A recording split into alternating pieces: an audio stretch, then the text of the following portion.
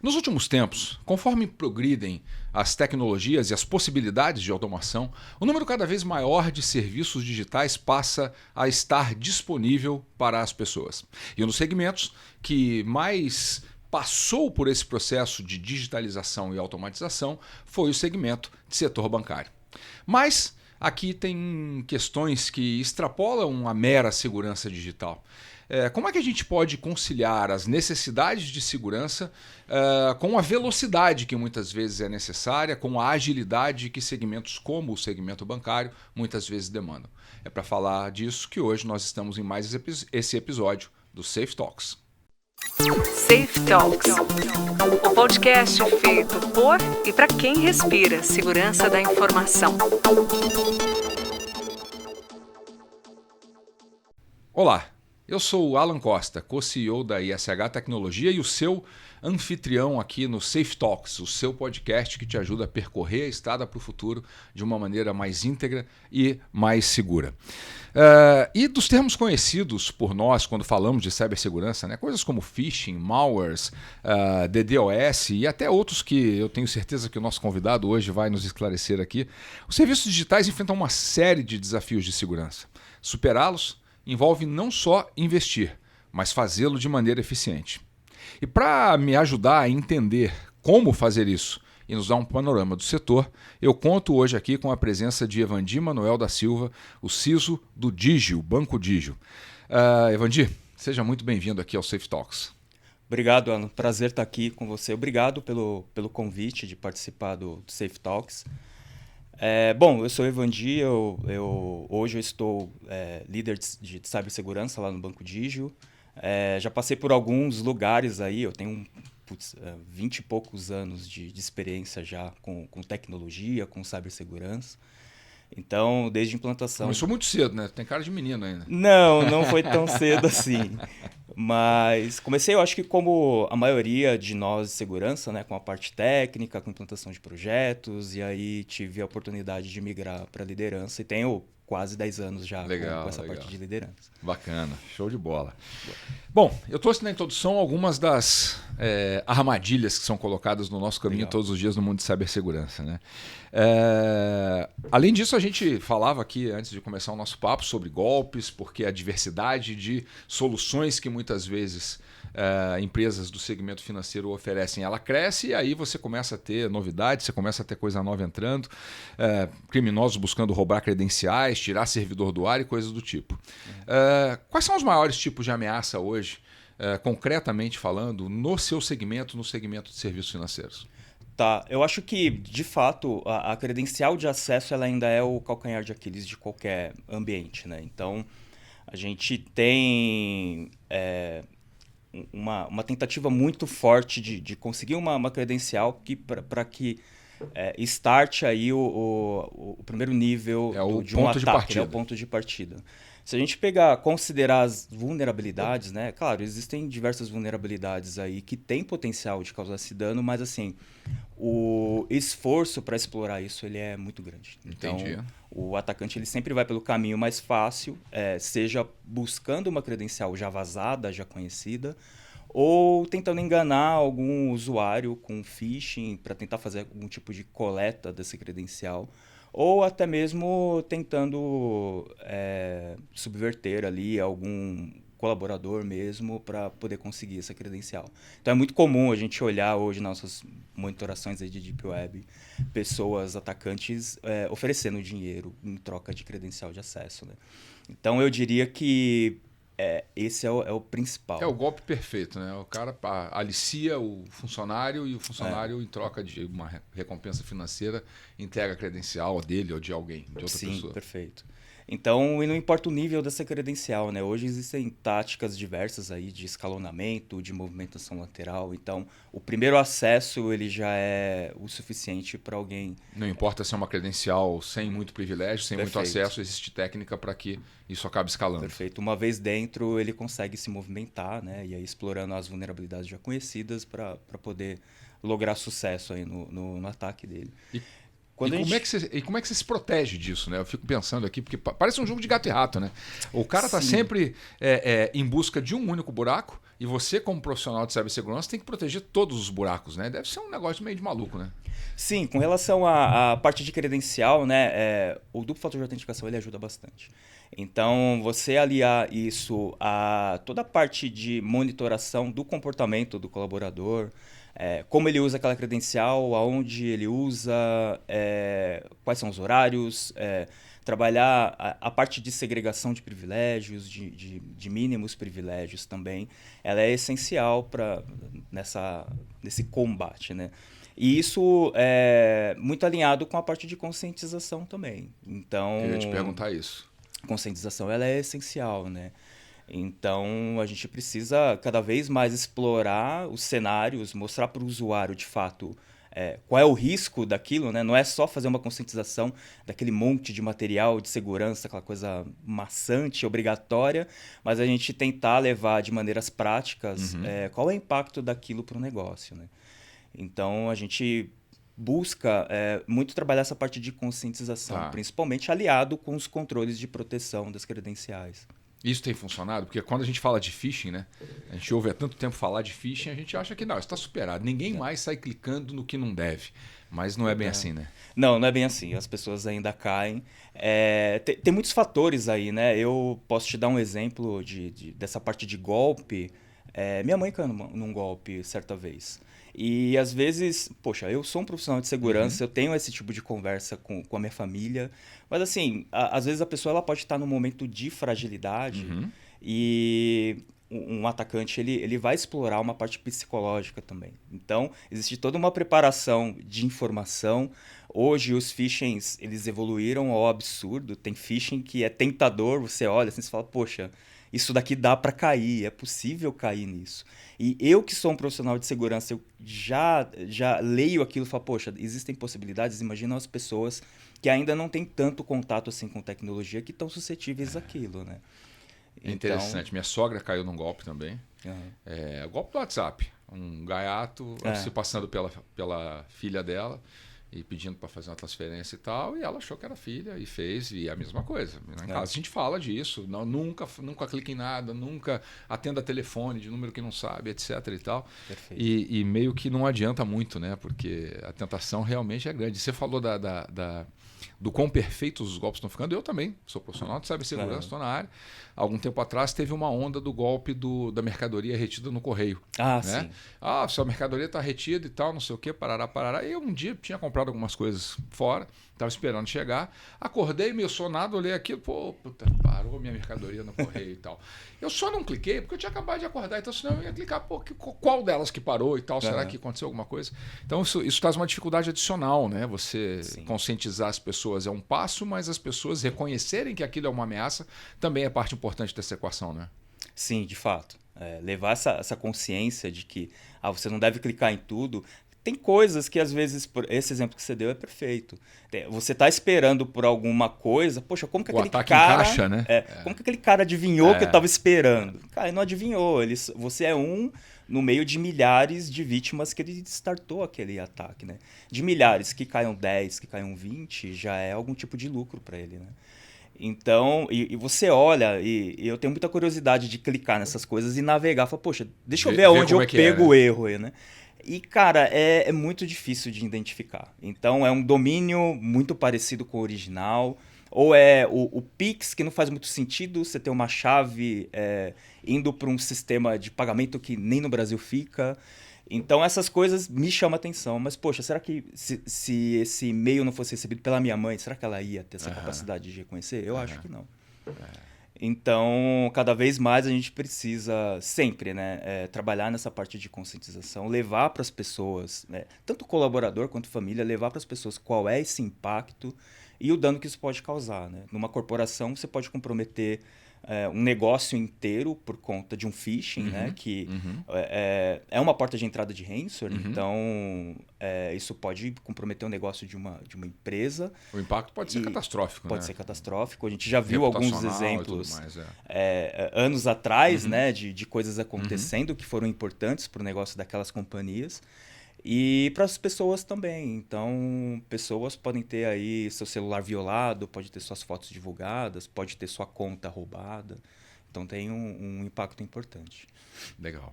Me conta uma coisa. Sistemas legados.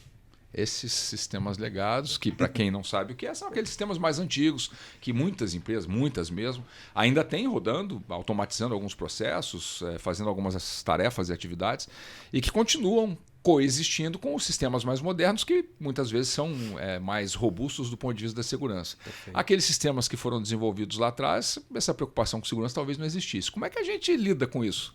Para integrar esses dois mundos, o mundo do passado com o mundo do futuro?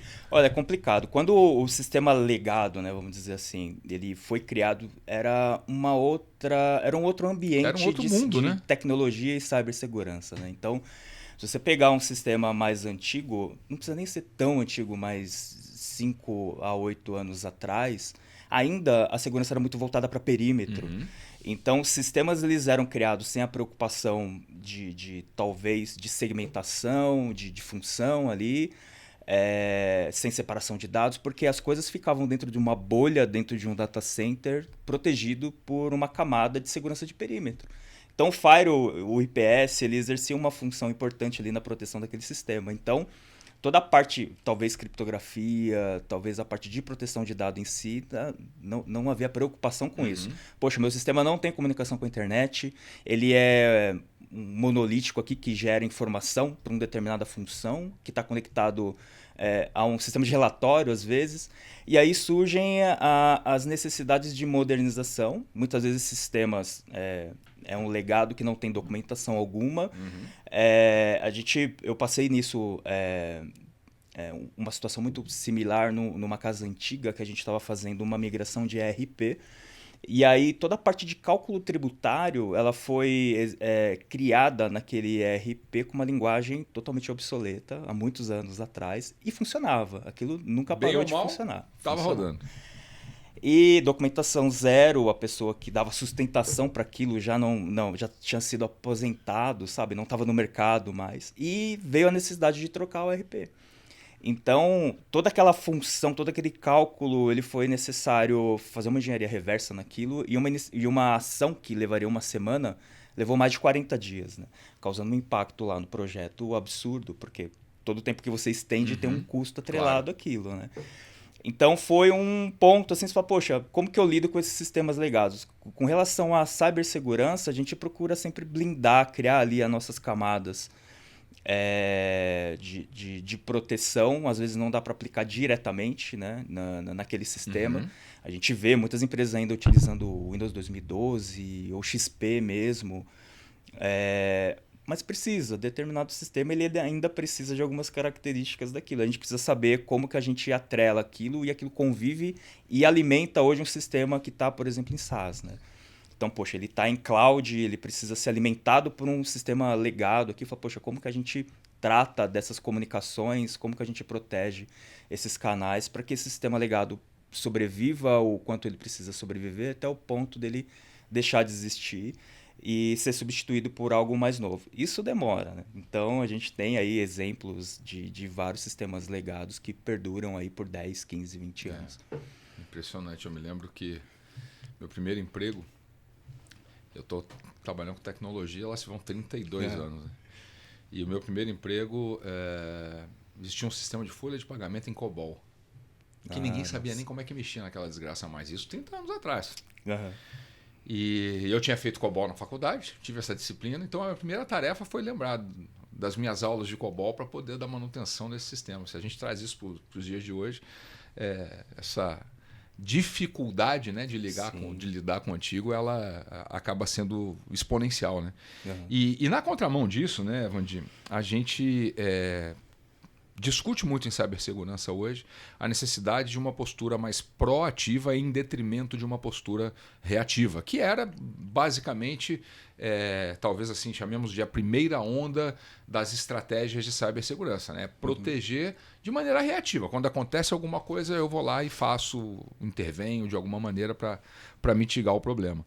Só que a gente sabe que isso não é mais suficiente, né? O ISG tem uma pesquisa que fala, inclusive, que a postura reativa, ela implica não só em perda financeira, na eventualidade de um ataque, como acaba gerando perda de oportunidades. Né? E o contrário disso, talvez a epítome da postura mais proativa, é o que a gente chama de security by design. A segurança está implícita no design daquilo que você está fazendo, seja um projeto, seja uma empresa nova, seja lá o que for. Né? O que você diria para quem está nos assistindo a respeito de como implementar essa mentalidade de security by design nas empresas, nos times, enfim, nos ambientes em que eles estão? O conceito de security by design, cara, a gente precisa trabalhar muito bem a parte da... Como que a gente trabalha na concepção de uma iniciativa, de um projeto, levando ali todos os requisitos de segurança, né? Não é uma tarefa simples, porque dependendo da iniciativa e do projeto que está sendo construído, ele é um MVP muitas vezes, que nasce ali e fala, poxa, você fala com a área de negócio, fala, mas isso a gente vai implantar para 50 clientes. Não preciso ver segurança agora. Poxa, um ponto importante, uma vez em produção está. Então, todas aquelas vulnerabilidades que foram criadas ali, ela está agora em produção. Perfeito. E para você corrigir isso depois, existe um custo absurdo. Além disso, dependendo da vulnerabilidade que você tem ali, da fragilidade que você está exposto, você pode sofrer um ataque e causar um prejuízo que inviabiliza o projeto. Então, essa consciência da área de negócio ela é extremamente importante. A gente precisa cada vez mais estar próximo dessas áreas de negócio para poder participar do mais próximo possível da concepção do projeto. Então, está nascendo uma iniciativa, a gente tem uma ideia de um projeto, todos os requisitos de segurança precisam ser considerados ali.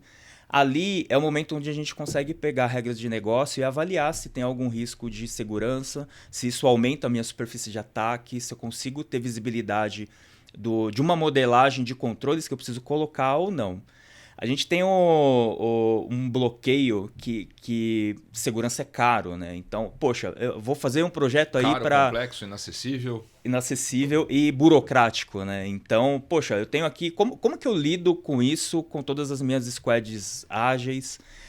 Como que eu entrego isso de forma rápida? Esse é o desafio da gente de segurança, né? A gente precisa sempre buscar o equilíbrio para poder conciliar essas coisas. Como que eu entrego um projeto na velocidade que o negócio precisa, mas eu preciso entregar segurança também. Eu preciso ter todas as concepções, eu preciso entender muito bem quais são todos os fluxos de negócio para poder entender quais são os impactos com relação à cibersegurança. E aí cuidar do básico. O que eu falo cuidar do básico? É você ter o mapa de tudo isso e ter visibilidade do que é o projeto e quais são as regras de negócio. Você ter capacidade de segregar as coisas nos privilégios que as pessoas precisam de fato e não dar privilégio a mais para aquilo, né? Então, ter essa capacidade e ter a capacidade também de mapear, de fazer o que a gente chamava de hardening, né? Que é a segurança por padrão. Então, poxa, beleza, vou usar aqui diversas tecnologias. Como que eu entrego o mínimo de segurança de hardening, por exemplo, para essas tecnologias, para que o meu projeto funcione? Levando isso desde a concepção, eu tenho, depois da entrega do projeto, eu preciso fazer ainda toda uma rotina de teste contínuo, né? Eu preciso monitorar tudo aquilo. Claro, você não vai resolver todos os gaps, mas você precisa ter os gaps mapeados e mitigados e você precisa conhecer que existe aquilo, né? Tem que ter uma classificação de risco daquilo. E uma vez classificado, você faz a monitoração daquilo. Então, eu acho que o principal desafio é engajar as áreas de negócio de que, desde o início da concepção da ideia, você precisa considerar os fatores de segurança. O fator de segurança não é mais um adendo de tecnologia que você vai colocar no projeto. Ele é parte essencial da entrega de uma aplicação, de um software. Porque se aqueles controles de segurança eles falham, você tem uma grande possibilidade de perda financeira, de perda de reputação, de vazamento de dados, e aí vai longe. Perfeito. E esse foi um problema pelo qual passou uma empresa que ainda tem uma excelente reputação na área de cibersegurança, que foi protagonista de um dos maiores episódios, talvez, do mercado de cibersegurança em 2024, que foi a CrowdStrike, que parou metade do mundo, etc. e tal. Sem entrar no mérito se foi um incidente de segurança ou não foi, enfim... Mas eu queria saber de você o que você acha que foram as grandes lições que esse episódio trouxe para a comunidade de cibersegurança. Olha, isso, levando em consideração o cenário do que é o CrowdStrike, né, de como ele funciona, ele tem uma probabilidade muito grande de um erro afetar da forma que afetou todos os seus clientes, né? E isso me faz pensar hoje em como que está classificada e como que está posicionada a disponibilidade da internet, né? Cara, a gente está na mão de meia dúzia, de 10 empresas gigantes. Cabe nas duas mãos. Que, cara, se a gente considerar que as maiores empresas, startups também, têm algum tipo de cloud, devem utilizar AWS, Google, Microsoft, Cisco, Fortinet. Se acontece um incidente dessa magnitude, claro, Google, Microsoft e AWS, por conta da sua capilaridade, talvez o impacto não seja parecido com o do CrowdStrike, por exemplo. Mas se esses provedores eles param, eles causam uma ruptura absurda na internet mundial, né? Então, inclusive quando teve o evento da CrowdStrike, uma semana depois a zona da Virgínia da AWS ela caiu e indisponibilizou várias empresas aí, né? Então, algumas empresas tiveram que fazer ali algumas movimentações de mudar as zonas para poder garantir a disponibilidade. Mas isso me faz pensar que, cara, a gente tá, assim, a gente usa grandes provedores, claro, que são importantes, que tem lá todos os seus noves de disponibilidade, mas eu acho que faz a gente pensar em o que é essencial para o meu negócio. Será que eu tenho a devida replicação disso? Será que eu tenho alta disponibilidade da essência do meu negócio para ele não parar? Então, isso também, várias empresas começaram a pensar, falaram, poxa, será que não vale eu voltar a pensar no on-premises? Para eu poder manter o que é essencial para o meu negócio? Aqui dentro, protegido por mim, perto... Mesmo que eu seja... isso é uma ilusão também, né? Porque às vezes fala, não, poxa, a AWS vai cair, eu aqui com o meu data center eu vou manter. É mais ou menos, né? Porque a gente acha que tem mais capacidade do que uma empresa dessa. Mas a gente tem mais conhecimento do nosso negócio. Perfeito. Então eu acho que a parte essencial, o que é essencial para o meu negócio continuar sobrevivendo, por exemplo, para um banco, a parte transacional... Ela precisa estar disponível, né? Então você precisa ter ali todas as altas disponibilidades. Uma empresa de saúde, por exemplo, a parte essencial que cuida da disponibilidade dos sistemas que suportam vida, eles precisam ter um cuidado muito maior. Não estou falando que não existe, Perfeito. tá? Eu só estou, assim, é só um exemplo, mas... isso precisa ser olhado com cuidado para poder verificar se de fato a gente tem alta disponibilidade daquilo que é essencial. Você não vai conseguir fazer alta disponibilidade de absolutamente tudo no seu negócio.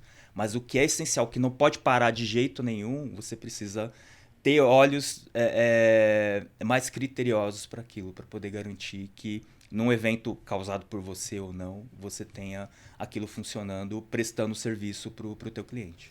E aí entra uma outra questão, né? Que isso, e a gente vê isso acontecer com muita frequência, né? Na SH, nós somos uma empresa de serviço de segurança, então a gente apoia os clientes na proteção dos ativos. E é muito comum que você chegue numa empresas grandes, não estou falando aqui de empresa de fundo de quintal, não. Empresas grandes, consolidadas e tal. E o pessoal não tem uma análise sequer de quais são os ativos que eles precisam proteger para assegurar essa continuidade do negócio. É um negócio meio maluco, né? Porque se você não sabe aquilo que tem que proteger, você vai proteger de que jeito, né? É verdade. Você acha que essa mentalidade tem evoluído ao longo dos últimos tempos ou a gente ainda está num nível de maturidade um tanto quanto baixo aqui no Brasil? Eu acho que tem evoluído. A gente foi forçado a evoluir por dois motivos principais. A LGPD veio para responsabilizar as empresas sobre a proteção dos dados que são manipulados ali. Então, cara, existe uma lei agora que obriga as pessoas a cuidar dos dados dos seus clientes. E tem um ponto que não é tão positivo assim, que é a parte dos ataques que nós tivemos nos últimos anos, né? Então, a gente viu muita empresa sofrendo com disponibilidade, com cuidado de segurança. Então, a gente olhava assim, para algumas empresas que sofreram ataques e... alguns casos são básicos, né? Tipo, falta de higiene tecnológica ali, né? De ser cuidado básico. Então, eu acho que esse básico, algumas empresas elas se movimentaram baseado nesses ataques, fala, poxa, sofri um ataque aqui, vou cuidar, tenho um motivo maior para conseguir defender o meu orçamento, para poder colocar os controles que eu preciso. E também tiveram as empresas que falaram, poxa, peraí, tem alguma coisa acontecendo aqui no meu mercado, com o meu vizinho, se eu não tomar cuidado eu posso ser a próxima vítima. Isso acabou movimentando as empresas também a investir mais em cibersegurança. Então eu acho que, sendo positivo ou não, esses cenários eles acabaram influenciando, sim, na parte de investimento em cibersegurança no Brasil. Continua sendo muito difícil justificar investimento de cibersegurança para o board, porque a gente também tem que lidar com uma situação em que a gente tem que justificar o investimento para não ver nada acontecer. A realidade é essa. Sim, né? sim. Já tive algumas experiências de estar em lugares que, poxa, vamos investir aqui em segurança, a gente precisa construir, aumentar a nossa maturidade. Ah, beleza, vamos lá, eu te dou aqui o investimento que você me pediu, constrói. Aí você constrói, em 2 ou 3 anos não acontece nada. E aí você começa a ser questionado, né? Fala, poxa, você tem sucesso, porque o tem... sucesso de um projeto de cibersegurança é não acontecer Perfeito. nada, e aí o cara quer cortar o teu orçamento. Perfeito. Aí vem depois, no final do ciclo, fala, poxa, não aconteceu nada, será que a gente não pode reduzir esse orçamento? Fala, poxa, se não aconteceu nada, quer dizer que o nosso orçamento está adequado, nossos controles estão funcionando. Você começar a cortar, você vai começar Pode a cortar... ser que você veja coisas acontecendo. Você quer ver acontecer um incidente? Eu não recomendo que o orçamento ele seja cortado. Mas sim, a gente sempre tem que buscar um equilíbrio, né? Ainda continua sendo muito difícil por conta de cenário econômico mesmo, né? Não dá a gente pegar, por exemplo, o setor específico, varejista, um setor onde as margens são sempre muito apertadas, não dá para você vir com algumas soluções milionárias Perfeito. de segurança e falar, não, a gente precisa disso porque senão a gente vai incorrer no incidente aqui. Tem que buscar um balanço, tem que ter um equilíbrio muito alinhado com a realidade do negócio para a gente poder colocar os controles da forma adequada. Não é porque uma Ferrari funciona muito bem que eu preciso ter uma Ferrari. Perfeito. Entendeu? Então, outros setores também, eu acredito, por exemplo, indústria, deve ser difícil. Você pega uma empresa de celulose, você fala, poxa, preciso investir numa outra plataforma aqui de segurança de API. Fala, poxa, mas isso aí custa 1 milhão. E tem uma máquina nova de celulose aqui que também é 1 milhão. Eu vou investir na máquina. Puta, API você cuida aí de outra forma. Então, tem cenários que eles são mais difíceis. O cenário financeiro ele é um pouco diferente porque ele é altamente regulamentado. Tá. Então, você tem esse incentivo, né? Além da lei, da LGPD, você tem diversas regulamentações do Bacen. E também tem uma questão, me parece, né, no setor financeiro, que se você tiver um incidente, o seu negócio para completamente. E o risco reputacional é brutal, porque absurdo, o cara que viu, pô, esse cara não sabe cuidar do meu dinheiro, eu vou tirar meu dinheiro daqui. É absurdo.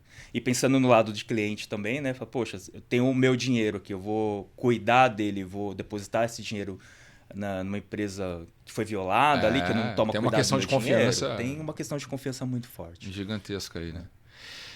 Evandir, eu gosto sempre de, quando a gente traz profissionais como você, pessoas que têm uma carreira de sucesso na área de cibersegurança, como eu sempre digo, não é pedir conselho, né? Porque conselho é meio esquisito, né? Parece que você está ditando verdade e tal.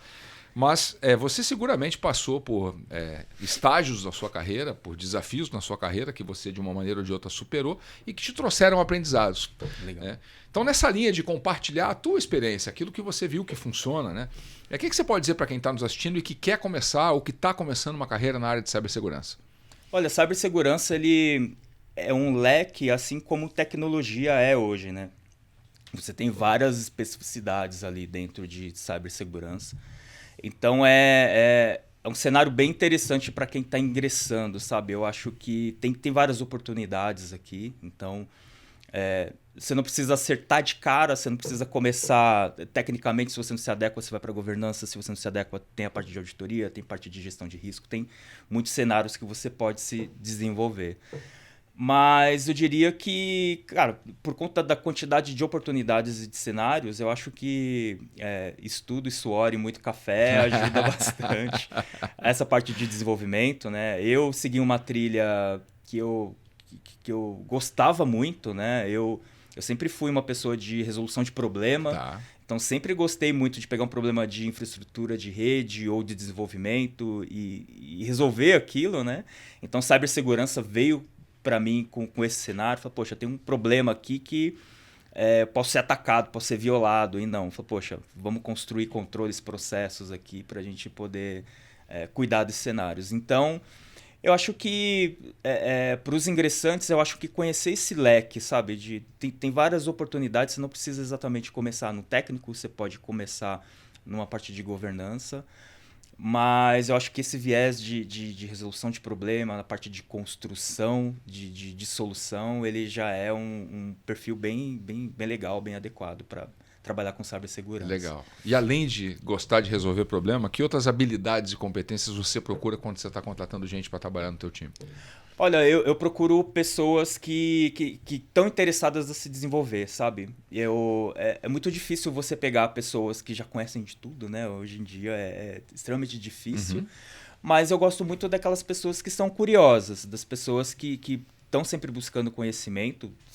Hoje a gente tem uma fonte de conhecimento por meio do Google, principalmente, que ela é infinita. Então, hoje não é mais desculpa você falar, puxa, não tenho conhecimento disso porque não existe material. Então, tudo vai do teu interesse. Uhum.